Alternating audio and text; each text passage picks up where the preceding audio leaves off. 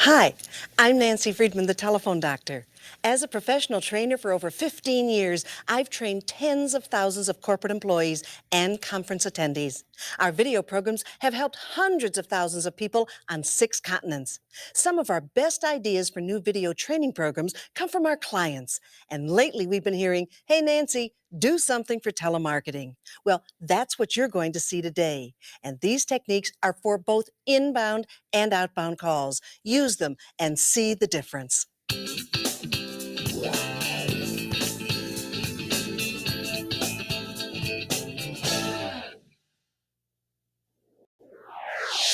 A. Attitude. It's your choice.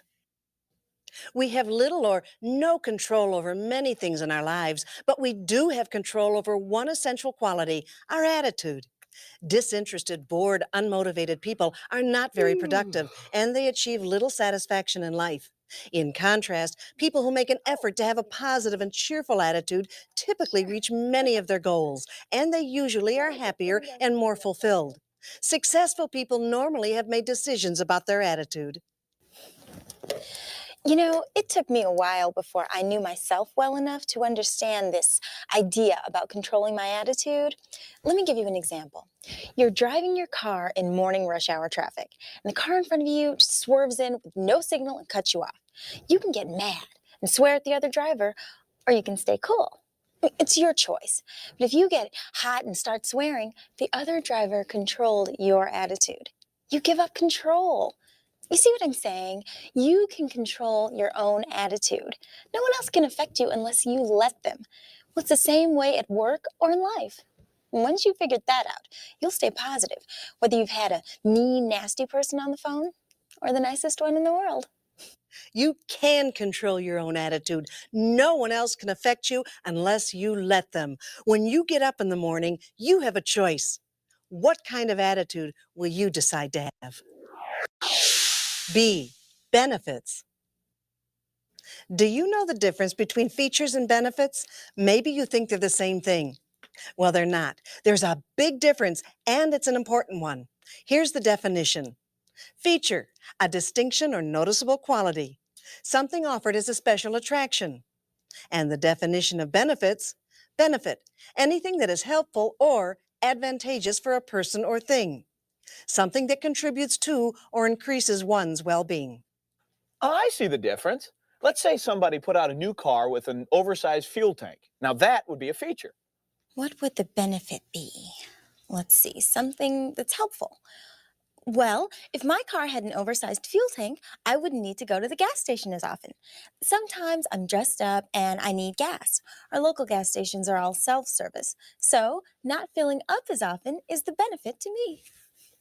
Another benefit would be being able to drive all day, over 500 miles on one tank of gas. I'd save time on long trips. I'd see that as a benefit. You've got it. The features are the facts. The benefits are what these facts will do for the customer. Now, the reason we're talking about features and benefits is because benefits are what the customer buys.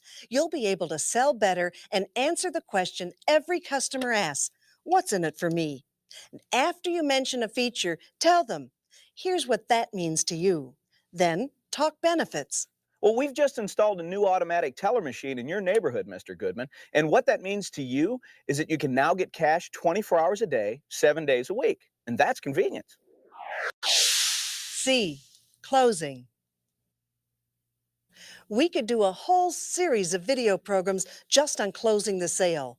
There are dozens of closing techniques. For right now, let's understand more clearly exactly what closing a sale is. Closing is any question you ask or action that you take that results in a commitment to do business. Question closes are very common and very gentle. There are single closing questions like, Would you like to go ahead with this new service? When would you want to receive your order? Where should we mail the policy? there are dual closing questions, sometimes called alternative choice, where either answer is your confirmation to go ahead. Well, now, did you need 2 or 4 boxes of checks? Would you prefer delivery on Friday or would Monday be better? Do you prefer monthly premiums or would annually be more convenient? A major reason business is lost is simply that the rep didn't ask the prospect to buy. And when that happens, you're just having a conversation. You should always ask closing questions near the end. Meet with your coworkers or manager to get suggestions from them and put together your own list of closing questions. D. Details. Oh, call Mrs. Smith. It's important. Great. Where's the phone number? Oh, which Mrs. Smith? Oh, when did she call? Was this today? She may have more than one Mrs. Smith on her client list. No phone number, no date, no time. Pay close attention to details. If the caller doesn't volunteer the information, use our telephone doctor's and technique to get your caller to fill in the blanks. Yes, Mrs. Smith. Mm-hmm. And your phone number is? Right. And the name of your company is? The date and time of every message is critical. Details prevent mistakes and lost time. These few extra seconds now may save hours later or even keep the company from losing a customer. Details, they're the little things that count and must be done. E. Echo questions. Sometimes you need a bit more information or clarification from the person you're talking with. When you say what or what do you mean, those words can be construed as threatening. Here's a much smoother technique. We call it the echo question. Now, it's also been called mirroring, reflecting, or parroting. It works like this. You repeat the last few words the other person said to you. Convert it to a question by slightly raising your voice at the end of the question. Then pause and wait for more information. Let's watch it work. Go ahead and send the sample, but I'll need it shipped overnight. You'll need it shipped overnight? Yeah, our production manager, Fred Salinger, wants to get going on this project. Oh, by the way, put him on your computer. Did you see how smooth, how non-confrontational that was, and how much more information she got? Let's watch another one. Yeah, there's some real problems with that policy you just sent me. Problems with the policy we sent you? Yes, it doesn't say anything about covering our little storage building, and I wanted that listed. Now, do you have to reissue the policy? Or The echo question has you echo back the words the caller just used as a question. You'll get more information in a very smooth way. F. Finish the day, ready to begin. When you get set to go home at night, what does your work area look like? Remember, what you leave tonight will be waiting for you the next morning when you come to work. Be prepared is more than the Boy Scout motto. It's a way of life for the professional person on the phone. At the end of the day, organize your area for the next day. Have a callback list ready for your return to work. Try to have a few calls you're excited about at the top of the list. It's much nicer to come into an organized area that's neat and inviting than to come in and be greeted by a mess. G. Greetings. If you knew a particular food made you sick, you'd avoid it, wouldn't you? And what if you knew that a busy intersection was dangerous? Well, you'd probably go another way, right? Well, what if you learned that a greeting phrase in business was a killer? You'd stop using it, wouldn't you? Hi, Mr. Goodman. How are you today? Oh, I am so glad you asked. My arthritis is acting up. My back is killing me. My mother-in-law wrecked my new car. And worst of all, she didn't even get hurt. My kid's goldfish has some fungus. Other than that, I'm doing fine. How are you? The words, how are you today, to a person you don't know can be killer words. And it's not just important that you stop using these words. Even more important is to understand why. Now, you might be saying to yourself, how are you today? Well, it's harmless. I use it all the time. It's okay to someone you know. But on the phone, especially to someone you're speaking with for the first time, it can be very dangerous. Here's why. You probably don't really care how they are. You're giving up control of the conversation. It's usually regarded as a tip-off that you're trying to sell something. Instead, use some other socially acceptable phrase that's friendly, but still doesn't give up control of the conversation. Hello, Mr. Steinberg. Nice to meet you by phone. Hi, Sue. Glad we can spend a few minutes together. The reason I'm calling you. Hello, Miss Warner. Good to talk with you today. Remember, avoid these 4 killer words. Hi, Mr. Goodman. How are you today? H, humor. Has this ever happened to you? It's happened to me. Hi, I'm calling to place an order for more checks because you're the world's greatest bank, right? What's your account number? When the caller's joking and sharing a little humor, it's okay to play along. In fact, if you don't, the caller can be offended. But don't go off the deep end. You can go too far. That's a good one. Wait a minute. I got one for you. I got one for you.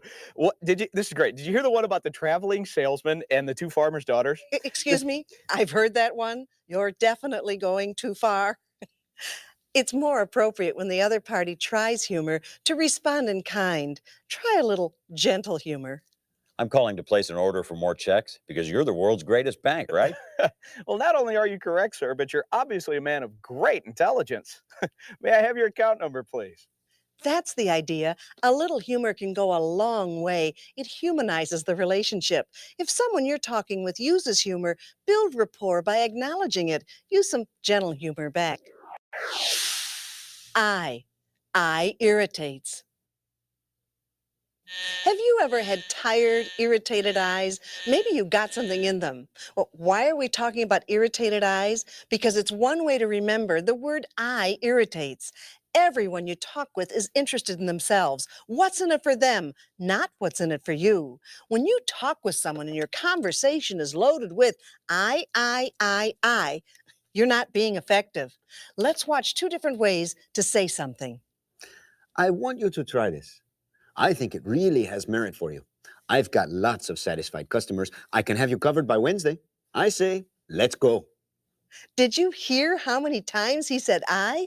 Here's a better way. Mr. Goodman, please try this. You'll love it. It really makes sense for you. We've had lots of satisfied customers who renew this plan again and again. Plus, you'll have immediate coverage. Let's go ahead, okay? One more thing. If you do need an authority figure, instead of using I, use the experts say, or our customers tell us, or our president recently said. It's much more acceptable. J. Jerry's pet peeve. My late brother Jerry was a professional sales trainer. He really understood what helped people to buy and what stopped a sale too. Here was his number one pet peeve, confirming a negative statement. Hi, Mr. Goodman. This is Alex Benjamin from First Gigantic Bank. First Gigantic Bank. I recently had a bad experience with your bank. Okay. So you probably wouldn't be interested in opening a new checking account with us then, would you? That's right. Okay. Thank you. Have a nice day. Don't cement a negative. Let's not turn a prospect's objection into a suicide question. It kills the conversation. Ask what happened. Get details. Maybe it's a curable situation. Find out by asking questions. Hi, Mr. Goodman. I'm Alex Benjamin from First Gigantic Bank. First Gigantic Bank. I recently had a bad experience with your bank. Oh, my goodness. Tell me what happened. Well, I called down there to see if a couple checks. K. Know your objective. How would you feel if on your next airline flight you took your seat and heard the following announcement? Afternoon, ladies and gentlemen, from the flight deck. This is Captain Moore. We're going to be taxiing out here momentarily. Now, I have no idea what city we're going to. Let's just get this bird up in the air, and we're going to figure it out from there. You sit back and enjoy the ride, and thanks again for flying No Objective Airlines. Not very comforting, is it? The pilot didn't know his objective before taking off. Why is it any different when you sell on the telephone? A common trait of successful telesales professionals is the ability to determine their call objective before they've dialed the phone. Your call objective is defined as what you plan to achieve on this call. An objective can be as simple as getting a name, a certain bit of information, or an objective might be to end up with an order. Let's listen in on a few call objectives. My objective here will be to find out the next time Mrs. Biggs is going to be in the office. At the end of this call, I hope to have the name and phone number of the plant manager in Paducah.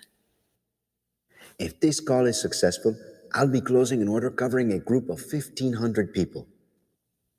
So you see, your objective may be to secure an order, to get the right name, or even find out a tiny but important piece of information. In every case, you'll feel more successful when you're reaching your objectives many times a day.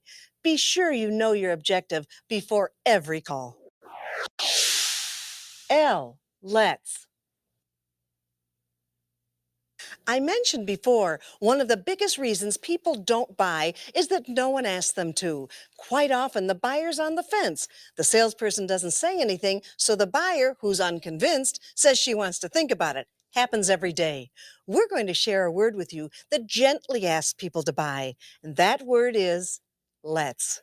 Let's is the word to show cooperation with the buyer. It's gentle, proactive, low pressure, and perfect. You gently urge the prospect to buy.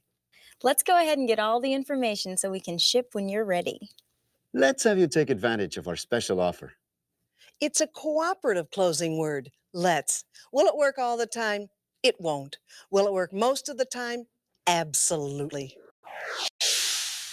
M, monogram the call. Most people have something monogrammed: a coat, a piece of jewelry, glassware. Monograms are nice. They personalize the item just like our names personalize us. People like their name. They want it pronounced and spelled correctly.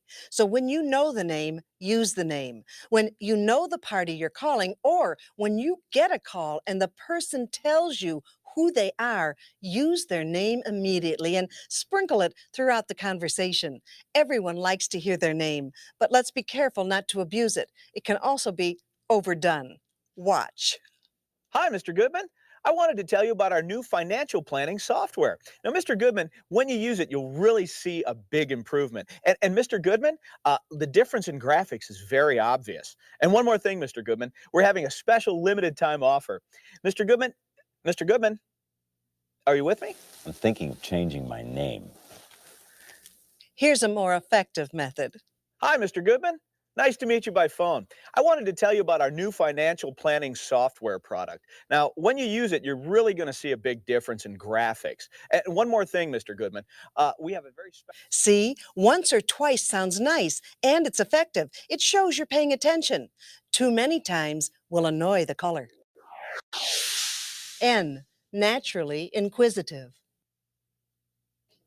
There's a fine line between being nosy and being naturally inquisitive. Here's nosy. And one more question. How much do you weigh? So, tell me about your W-2. What'd you end up pulling down last year? And one more thing, Mr. Goodman. Is anyone in your family currently in jail? Those are nosy questions. It's none of your business. It probably didn't pertain to the conversation. When you're talking on the phone, be it a sales-related or casual conversation, learn to be naturally inquisitive. Ask pertinent questions. It's easy. You can just expand on what the caller's saying. And by doing that, you're being naturally inquisitive, and it'll get you more information. That'll help you serve your customer better and build rapport. Well, actually, I'm brand new with the company. Oh, really? Where were you before? I was with Asset Dissipators in Dallas. Small world. I was just in Dallas last month visiting some clients. Is that right? See, we got a little more information by being naturally inquisitive, by asking one more pertinent question. Also, when you're naturally inquisitive and ask additional questions that pertain to the conversation, you show you're interested. You'll become adept at finding out much more information, building rapport, and helping your customer. Oh, one word answers. Yes, no, okay, fine. What do you think of when you hear those words? Picture this. You're at a party. You're introduced to a very important guest. You talk with that person, and he gives you one-word answers. Yep, nope, okay. Immediately, you can sense something's not quite right. You perceive that he doesn't want to talk with you. That's the perception you get from one-word answers. They're cold and unfriendly. When you use one-word answers, what do your callers think?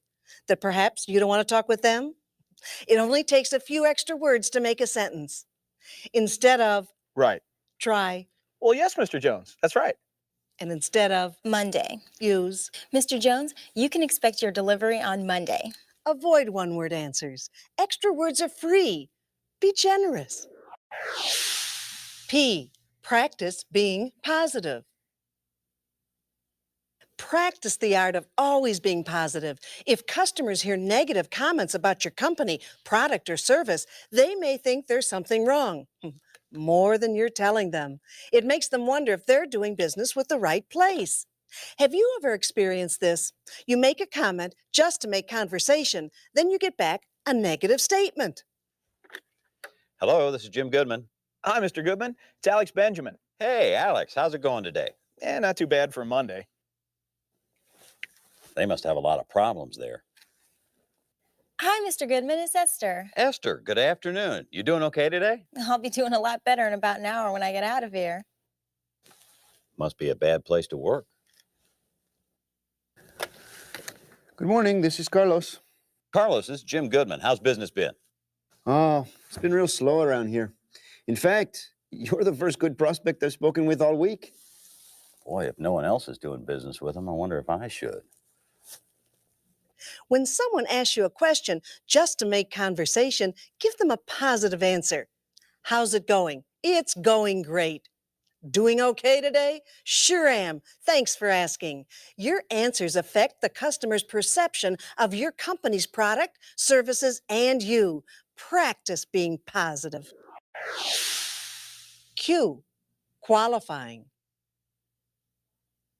One of the most basic principles in selling is to sell to people who can buy. Now that sounds simple, but it's not.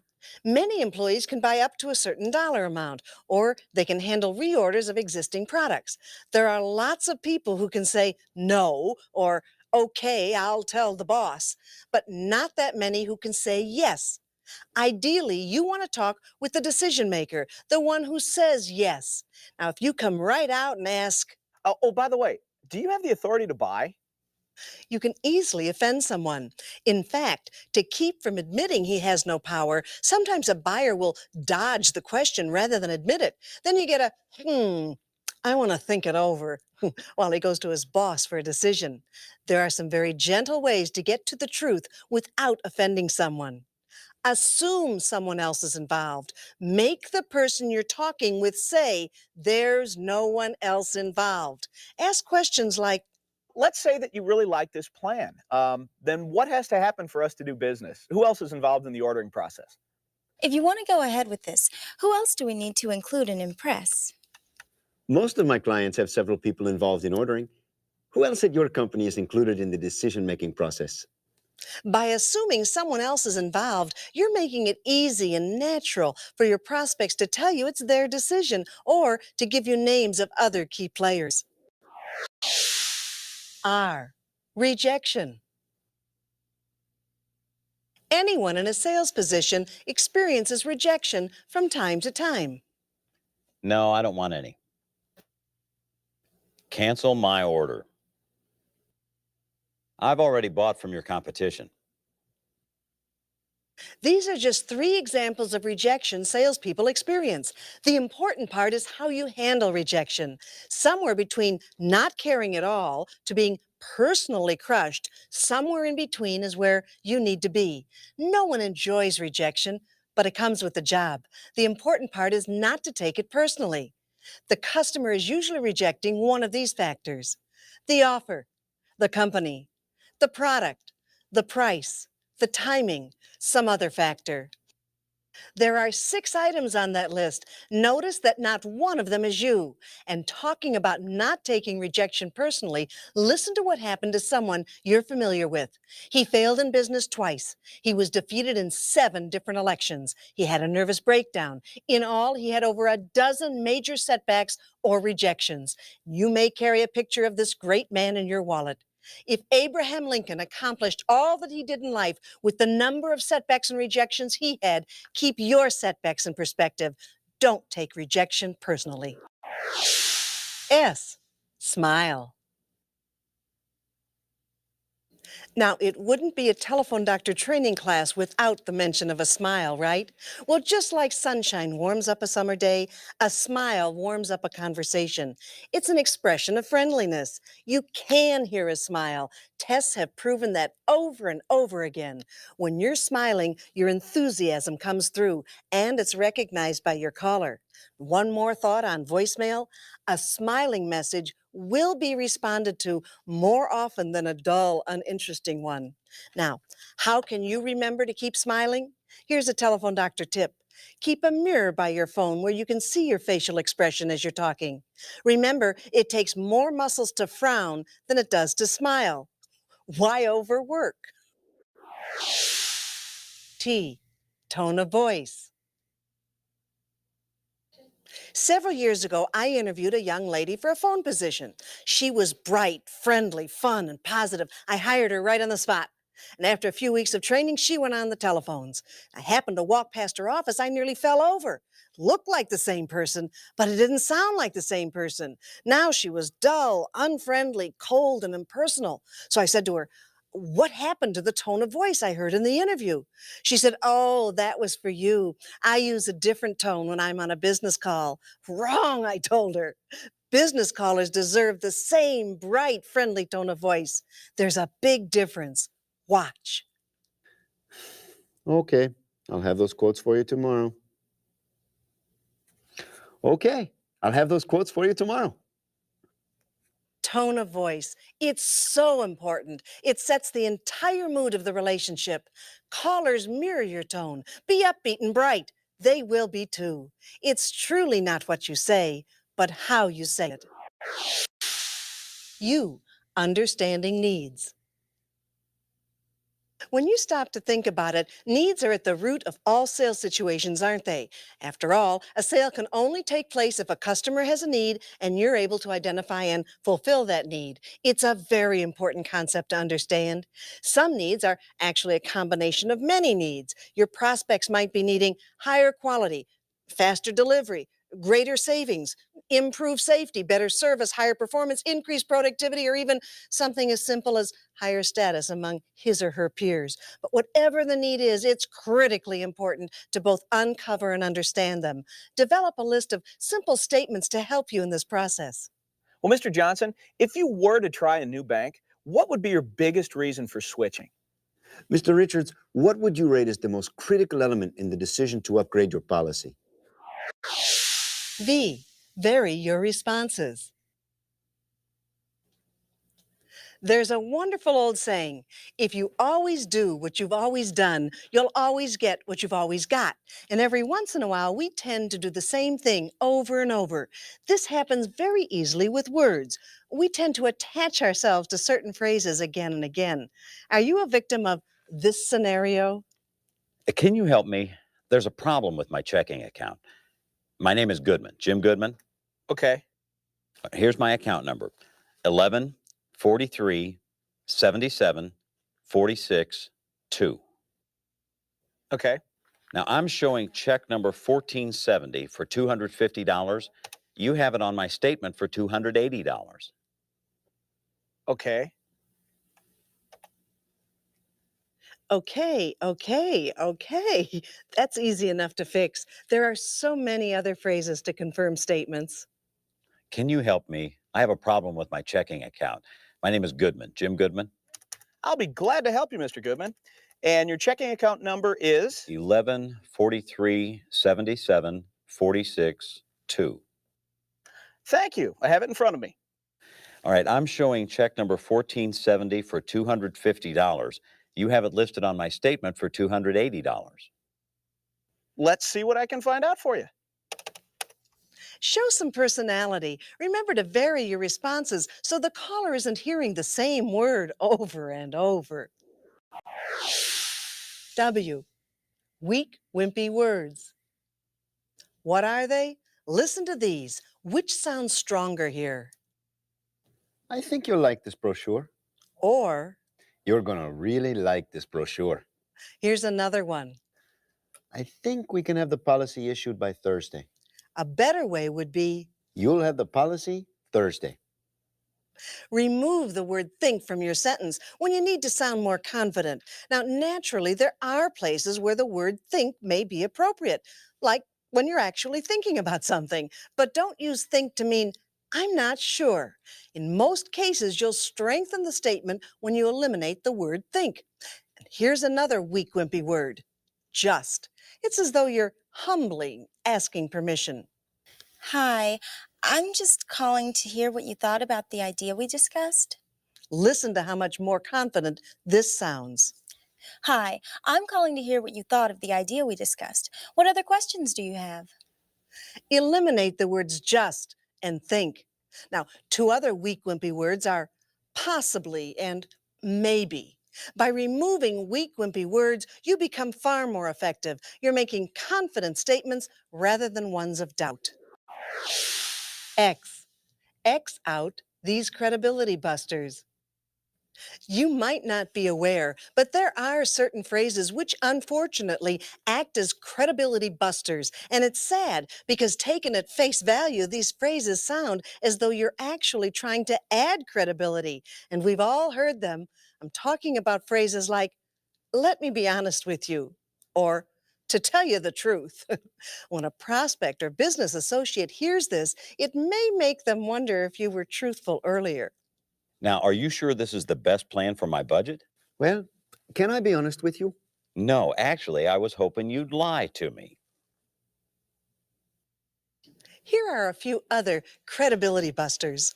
Let me be perfectly frank. You want me to level with you? Well, to tell you the truth, Your callers expect you to be frank and honest with them and to tell them the truth. Eliminate credibility busters. Why? You buy or they buy. In every sales situation, someone buys something. How can you buy from your prospect, you ask? It's easy. You see, on almost every phone call, either your prospect will buy an idea, product, or service from you, or you'll buy a stall or an objection from them. Now, it's obvious callbacks are a normal part of the relationship building process, but it's important for you to realize that selling is an exchange of ideas. Either the prospect is buying your ideas on why he should order from you, or you're buying his ideas on why he shouldn't buy. so let's go ahead with the proposal I've faxed to you, okay? Your proposal is a good one, but let me think it over. I make my best decisions after I sleep on them. I'll tell you what, why don't you just give me a call next month? Okay, sounds good. I'll talk with you then. Who was the better salesperson in that situation? Z. We've come to the last point in our program. Now, it's no secret that Z is a tough letter when you're making a program based on the alphabet. So we got to thinking. The next time you run into a tough situation when you're on the telephone, remember to be creative. Use your imagination to solve the problem. It doesn't always have to make perfect sense. Try and step outside the box. Be fresh, be creative. Come to think of it, here's what happened in our script meeting when we had trouble with a point based around the letter Z. I remember it well. Come on, folks. It's supposed to be a creative think tank. Let's think. Maybe we should just leave it out. You can't just leave out the letter Z. How about zipper? To bring the prospect and the seller closer together? Nah. What do you think of the art of zero defect telemarketing skills? Nah. What about zest? Or Z's, get lots of sleep? Nah. Wait a minute. I got it.